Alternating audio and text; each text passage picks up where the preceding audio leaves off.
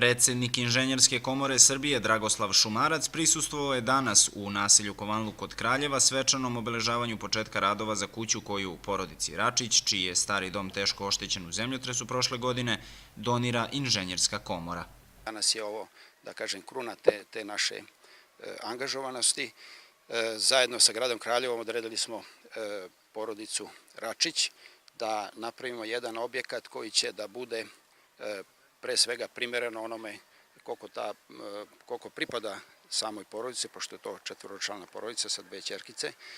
I htjeli smo da napravimo kuću koja će biti i energetski efikasna i u duhu one srpske arhitekture.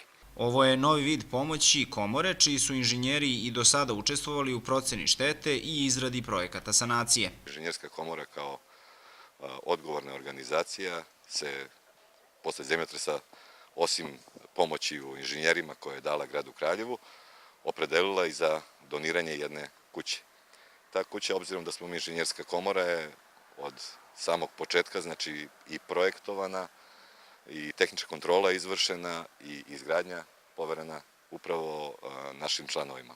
Nova kuća za šestočlanu porodicu, koja je po redosledu prioriteta izabrana od strane štaba za vanredne situacije, imaće 65 kvadrata, a projektovali su je, izvršili tehničku kontrolu i gradit će je članovi Inženjerske komore Srbije, koja je Kraljevu najviše pomogla u danima kada je štetu trebalo brzo proceniti i analizirati načine sanacije. Ovo je jedan od najboljih načina saradnje vezano za sve ono što je Inženjerska komora do sada uradila, naročito u angažovanju svojih inženjera u proceduri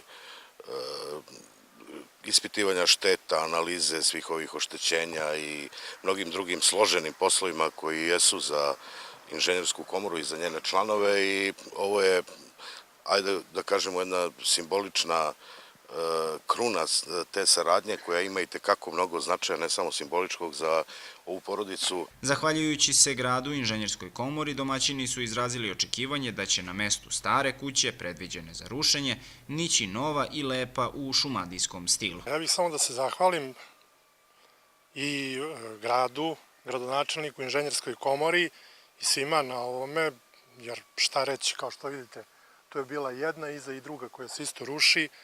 Nadam se da će ovdje da bude jedna mnogo lepša, efikasna i lepa prava u našem šumadijskom stilu i ne znam šta više da kažem.